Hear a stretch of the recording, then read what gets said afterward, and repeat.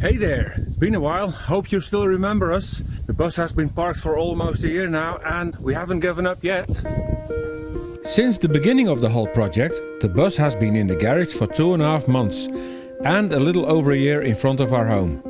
For about a year now she has been parked at the current location. Even though there are some drawbacks, we do love it. Not having any COVID-19 measures anymore made it possible to earn some much needed money again, because my bank account was becoming rather empty. Downside was of course less time for our Baba Yaga. At home we had the garage as a workshop, but the new location has practically nothing. We decided to get a tent so we wouldn't be so dependent on whether it would rain or not. To be honest, at home we also had to wait for dry weather because the garage is too small to cut large wooden plates. Oh, and I don't think the neighbors would like this tent in front of their house either. Later we added a heater, making it really nice to work in it, as it turned out to be quite cold sometimes. Oh come on, really? The last video ended, besides moving the bus, with a prototype of a separation wall with lots of notes. Well, we've progressed a little and almost every bed has them now, without notes. It seemed so easy in advance. In real life it turned out to be a nightmare because nothing was suitable for prefab production. You would think it's just a matter of cutting out the wood and putting it in place. In reality it turned out into some sort of survival of the fittest, from a patient's point of view. Every cut we made had to be fitted, adjusted, fitted, adjusted some more, fitted again, and if we were lucky it could stay in after at least 5 or 6 attempts.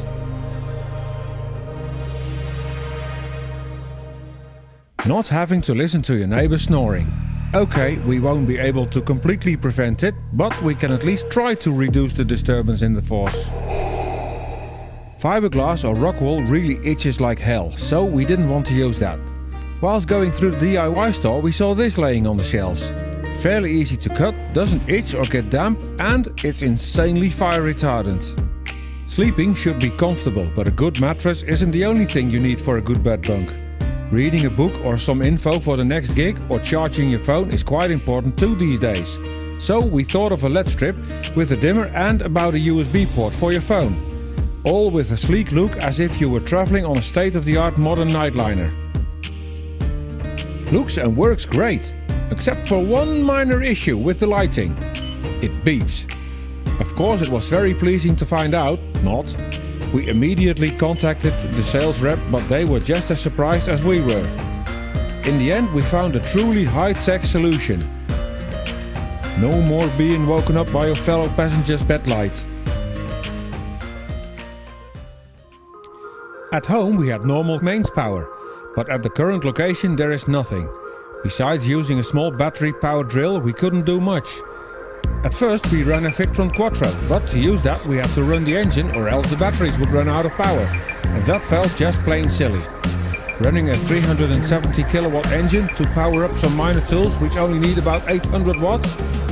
Yep, we desperately needed a generator. We bought a nice small 3-phase generator that produced about 6000 watts. As expected, it worked flawless. It was absolutely spot on. Yeah, right. Like almost everything, this one also broke down less than 5 minutes after we started it. So we got another one. To be fair, that did its job nicely, and the only thing we couldn't use was an air compressor. Having air-powered tools made it possible to continue with the Bedbunks. The bunks were mainly made of steel beams, but because that doesn't look or feel nice, we wanted lots of woodworks to give it that comfortable feel. Besides the look of it, it also added extra strength to the upper beds. Connecting the steel beams was easy with rivets. For the wooden parts we used something similar. The same kind of rivet nuts we used for the beams of the VIP sleeping area. With a tool like this it was just so nice and easy to install.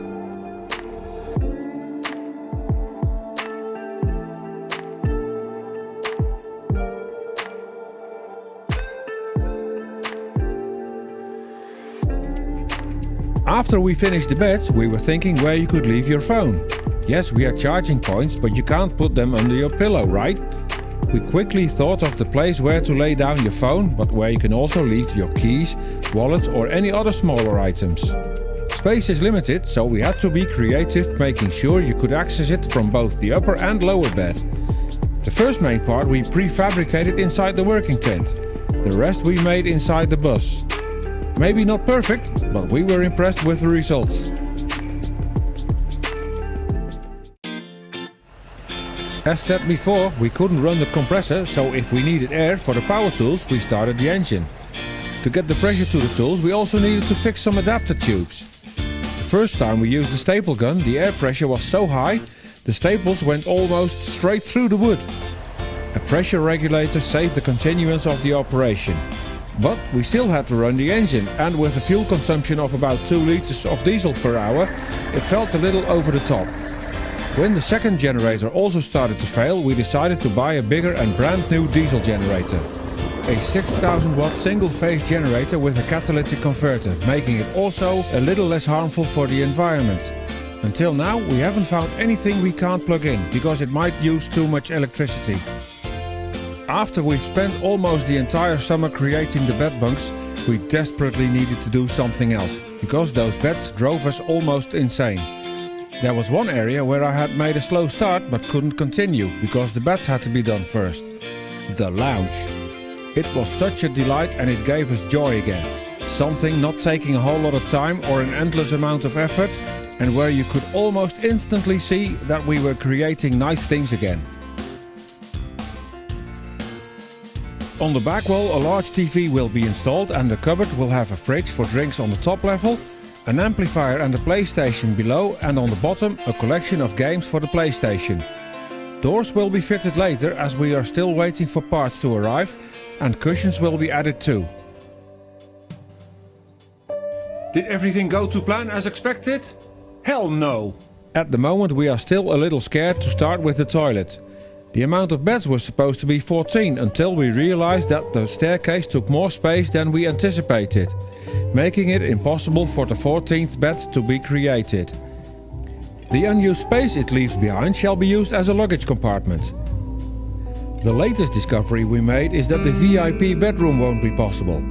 Removing the separation walls for when it has to become a VIP room is much more difficult than expected, making the risk of damaging other things inside the bus too high. Yes, it's a disappointment, but if we really need a VIP room, we'll turn the lounge into the VIP bedroom.